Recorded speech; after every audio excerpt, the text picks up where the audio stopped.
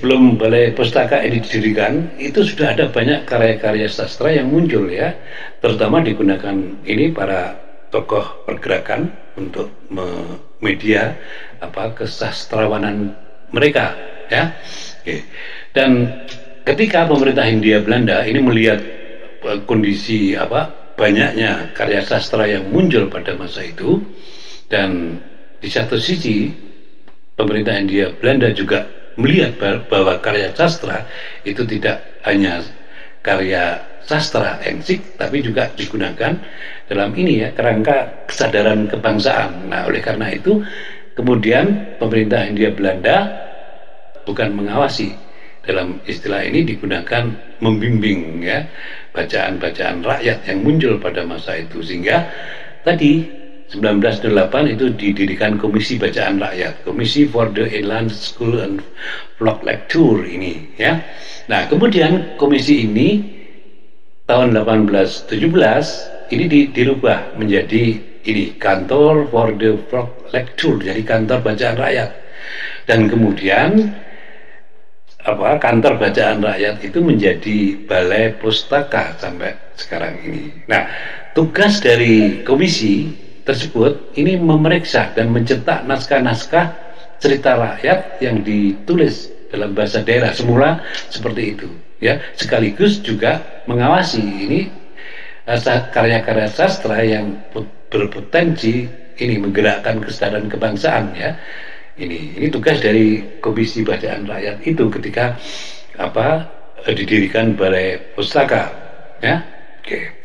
Nah, tahap kedua Balai Pustaka ini ya juga menerbitkan buku-buku terjemahan ya, terjemahan yang menceritakan, mengkisahkan ini ya kepahlawanan orang-orang Belanda dan juga cerita-cerita klasik dari Eropa. Dan tujuannya apa? Tujuannya tadi dalam konsep pengawasan itu kemudian diciptakan ya, atau dicetak, diterbitkan karya-karya sastra dari bahasa Belanda yang kemudian diterjemahkan ke dalam bahasa Melayu untuk dalam tanda kutip menandingi tadi karya-karya sastra yang mempunyai potensi dalam menyadarkan menggerakkan kesadaran kebangsaan pada masa itu.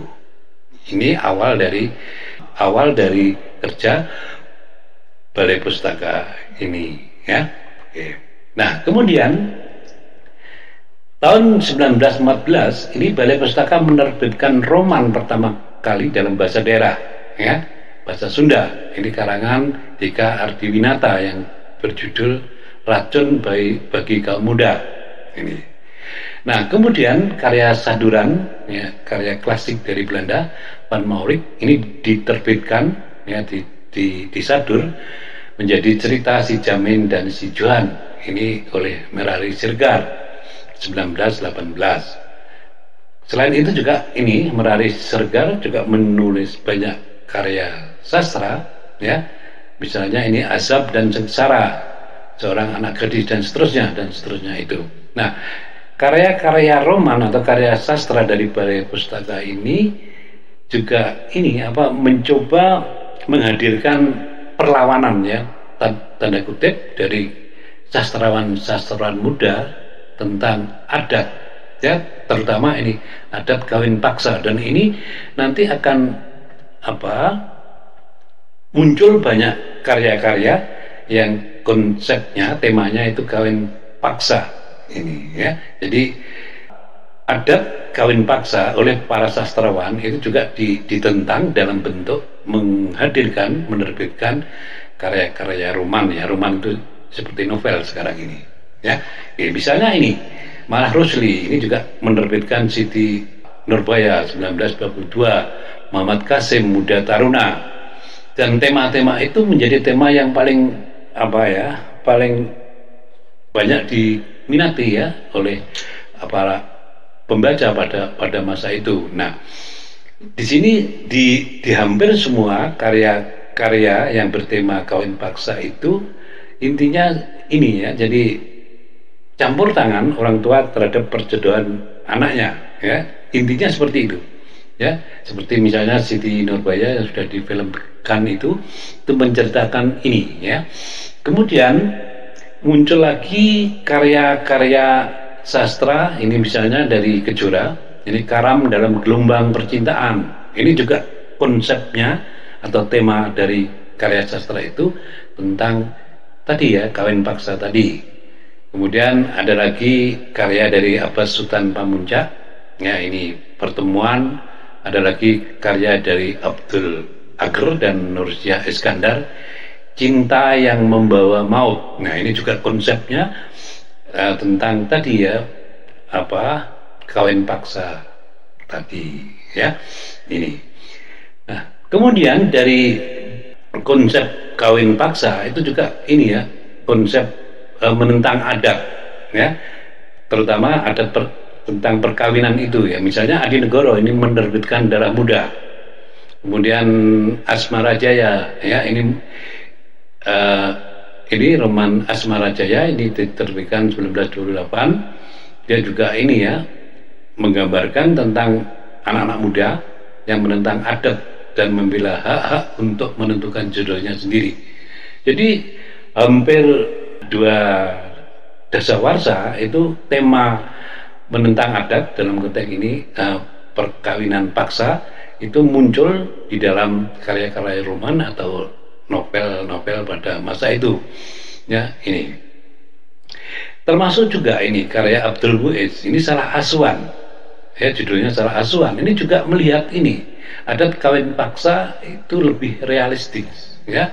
Jadi bagaimana di dalam karya Abdul Muiz ini digambarkan pertentangan antara kaum muda dan tua ya, dan juga menjelaskan bagaimana sebenarnya ini ya, kebaikan dan keburukan dari kelompok tadi ya, kelompok tua dan kelompok muda itu ya. Ini di dalam karya Abdul Muiz Salah Asuhan itu ya.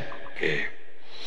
Jadi dari karya-karya sastra itu ya, yang disebut roman itu, sampai dengan tahun 1938 itu sudah tercatat ya di Balai Pustaka itu 650 judul buku karya sastra ya. Kemudian tahun 40 sampai 70 ini meningkat 3 kali lipat ini.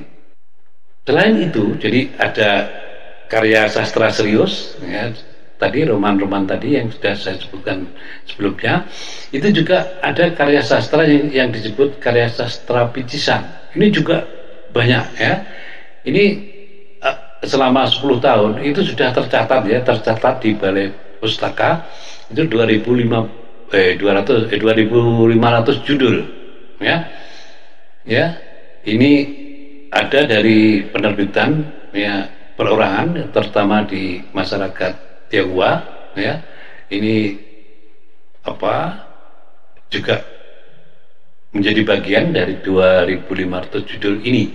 Juga ada ini 15 penerbitan ini dari Roman Medan, ini juga yang tercatat di sini. Jadi selama 2 dasawarsa itu terlihat bahwa sastrawan kita itu mampu menghasilkan karya-karya sastra yang di sini dikelompokkan karya sastra serius dan karya sastra picisan itu ya.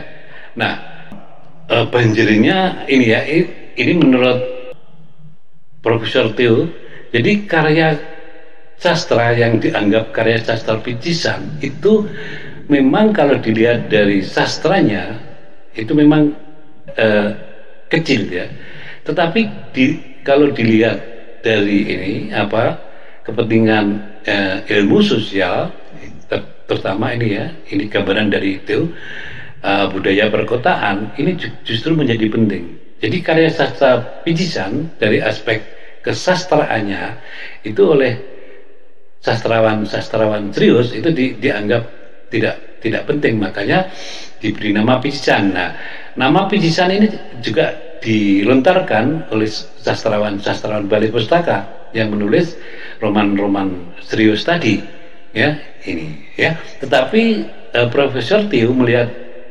karya-karya picisan ini juga bisa dijadikan sumber untuk riset ilmu sosial, terutama bagaimana apa budaya masyarakat perkotaan ya, seperti itu. Nah ini apa kutipan dari Profesor Theo. Jadi karya sastra bicisan tidak harus dihargai dari sudut estetikanya saja, tetapi juga harus dilihat sebagai pengukur sesuatu yang hidup dalam jiwa suatu bangsa dan dapat digunakan untuk melihat watak bangsa itu. Nah, jadi lebih luas lagi, dia tidak hanya dilihat dari aspek kesastraannya, tapi juga dilihat dari aspek ini kepentingan ilmu sosial ya dalam konteks ini sampai untuk melihat zeitgeist ya, semangat zaman ya pada masa itu dengan sumber karya sastra bicisan tersebut ini ya. Nah, tetapi dari aspek bisnis justru karya-karya bicisan ini lebih mahal ya dibanding dengan karya sastra serius. Ini dicontohkan misalnya karya sastra serius ya, ini ini seri Samkop, ini tiap jilid berharga 50 sen dan ini ada 65 jilid tamat, ini sudah 32,50 gulden. Ini karya sastra bicisan ya, judulnya Samkop.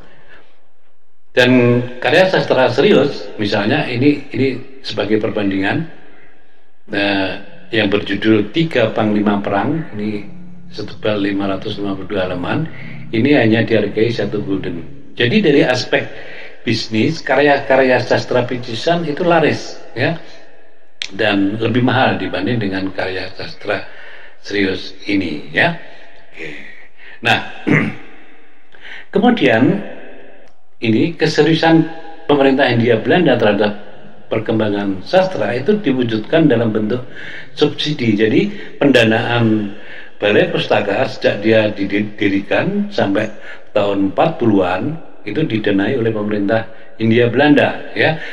Dan sekalipun misalnya ini ya, tahun 1921 ini mengalami kerugian ya 45.000 ya, ini florin seperti golden ya. Kemudian tahun 41 ini juga rugi, defisit 60.000 ya golden ya ini.